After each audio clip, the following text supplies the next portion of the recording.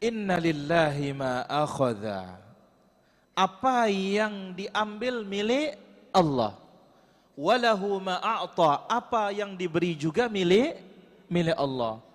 Wa kullun indahu bi ajalin musamma. Segalanya punya batasan yang ditetapkan. Ada waktunya. Di dunia ini tidak ada yang kekal. Yang kekal itu mutlak hanya siapa? Allah Azza wa Jalla. Di akhirat ada yang kekal. Surga kekal, neraka kekal. Tapi di dunia tidak ada yang kekal. Maka ini kalimat yang membuat kita tenang. Inna lillahi ma akhadha. Apa yang diambil itu milik Allah, dan apa yang diberi juga milik Allah. Segala-galanya di sisinya punya batas yang ditetapkan.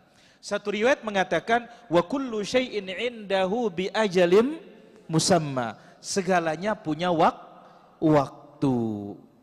Kalau makanan ada kadal warsa. Pada makhluk ini ada batasnya. Ada waktu yang ditetapkan Allah Azza wa Jalla. Maka hendaklah dia bersabar dan hendaklah dia mengharapkan pahala dari Allah Subhanahu wa taala. Apa dalilnya? Kalau tadi riwayat Muslim, sekarang ini hadis muttafaqun alaih. Maka ini menunjukkan para hadirin situasi yang berbeda. Jenazah yang berbeda atau orang sakit yang berbeda. Sebab kalau riwayat yang kedua ini menunjukkan kepada kita bahwasanya ternyata cucunya Nabi sallallahu alaihi wasallam dari putri Nabi Zainab, ternyata dia tidak jadi meninggal. Sehat. Dia apa? Sehat. Tapi saat itu nyawanya sudah atau napasnya turun naik, menunjukkan hampir sakratul maut. Akhirnya Nabi SAW mengatakan, Inna lillahi ma akhadha wa lahu ma a'ta wa kullun indahu bi ajalin musamma faltasbir wal tahtasib. Ini Nabi ucapkan terhadap putrinya melalui perantara. Kalau dia langsung fasbir wahtasib. Apa? Fasbir wahtasib. Apa yang diambil milik Allah. Apa yang diberi juga milik Allah. Semuanya ada waktunya. Maka apa? Banyak-banyak bersabar. Harapkan pahala dari musibah ini. Karena Allah Azza wa Jalla menguji hambanya, tanda Allah mencintai hambanya.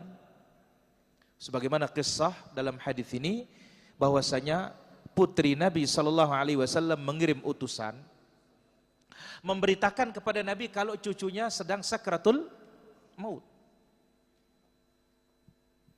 Akhirnya Nabi Sallallahu Alaihi Wasallam mengatakan, kasih tahu putriku, apa yang diambil itu milik Allah. Apa yang diberikan juga itu milik Allah. Semuanya ada waktunya. Suruh dia sabar, suruh dia mengharapkan pahala. Kata Nabi kepada perantara ini.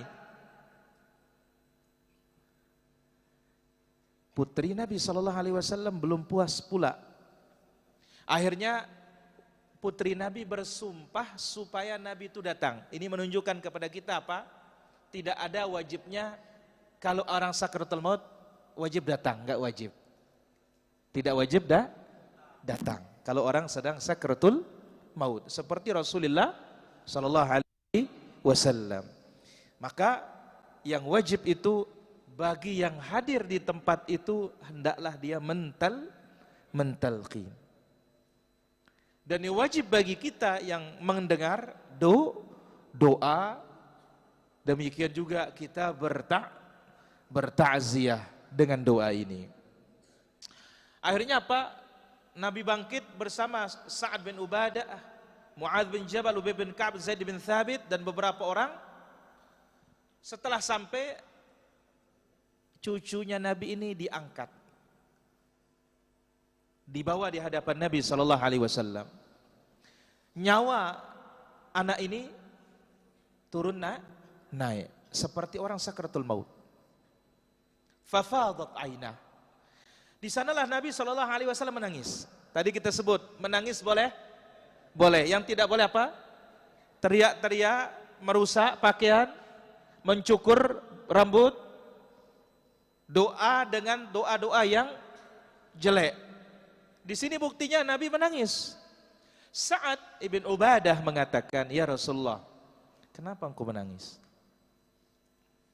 Langsung Nabi mengatakan, tangisan ini tangisan rahmat.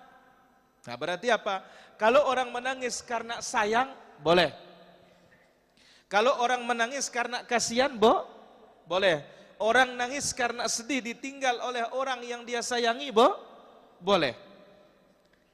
Dan ini dijadikan oleh Allah, diletakkan di hati hamba-hambanya.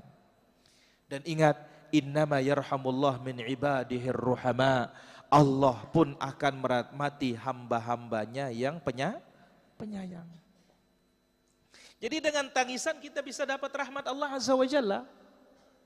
Maka oleh karena itu, menangis, bersedih, menangis terhadap keluarga yang sakit, keluarga yang meninggal, ini rahmat, ini boleh. Yang tidak boleh itu nangis melampaui batas. Ya.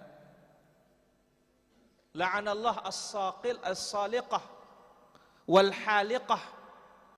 Allah melaknat ya orang-orang yang menampar pipinya atau yang berteriak, demikian juga yang mencukur rambutnya ketika musibah. Ini yang tidak boleh. Tapi tangisan ini rahmat Allah Azza wa Jalla. Ini tandanya hati kita masih sehat kalau kita menangis. Tapi kalau tidak menangis ketika mendengar azab, tidak menangis karena keluarga meninggal, tidak nangis karena keluarga yang sakit, kasihan. Ini ada beberapa kemungkinan.